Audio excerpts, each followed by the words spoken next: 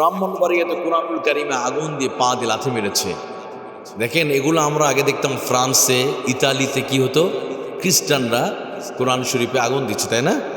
এখন বাংলাদেশে হচ্ছে মানে এই তো ব্রাহ্মণবাড়িয়াতে একজন যুবক মাদ্রাসার ভিতরে ঢুকে মুসলমানের দিচ্ছে। দেখেন, আমরা আগে আন্দোলন করতাম সেই ইমানুয়েল ম্যাক্রোর বিরুদ্ধে ফ্রান্সের, যে ওনার দেশে কোরআনে আগুন দিচ্ছে কেন, এর জন্য ওনার কুশপুত্তলিকা দাহ করে আমরা আন্দোলন। আর আজকে বাংলাদেশে মুসলমান নাই, তো আমরা এখন আর মুসলমান নাই। আমরা 92% মুসলমান। কে বলেছে বাংলাদেশে 1% মুসলমান আমরা আছি কিনা আমার সন্দেহ।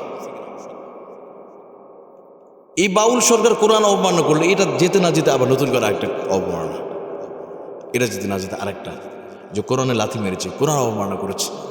এগুলো বিচার হয় না। তো বিচার না হওয়ার কারণে এরা সাহস পেয়ে যাচ্ছে। এদের বিচার একটাই, প্রকাশ্যে জনসম্মুখে যেখানে ধরবেন ওখানে যদি খতম করে দিতে পারেন আপনি সওয়াব পেয়ে যাবেন। ইসলাম এটা বলছে, কারণ ওর বেঁচে থাকার কোনো অধিকার নেই। আল্লাহ নিতে বলেছে, ওয়াল্লাযীনা ইউযুনা রাসূলাল্লাহি লা'নাহুমুল্লাহু ফিদ দুনিয়া ওয়াল আখিরাহ, যে আল্লাহ রাসূলকে যারা কষ্ট দেয়, লা'নাহুমুল্লাহু ফিদ দুনিয়া ওয়াল আখিরাহ, আল্লাহ বলে তার দুনিয়াতে বেঁচে থাকার তার কোনো এখতিয়ার নাই। যে আল্লাহ রাসূল কষ্ট দেয়, আল্লাহকে কষ্ট দেয়, তার অধিকারই না পৃথিবীতে বেঁচে থাকবে।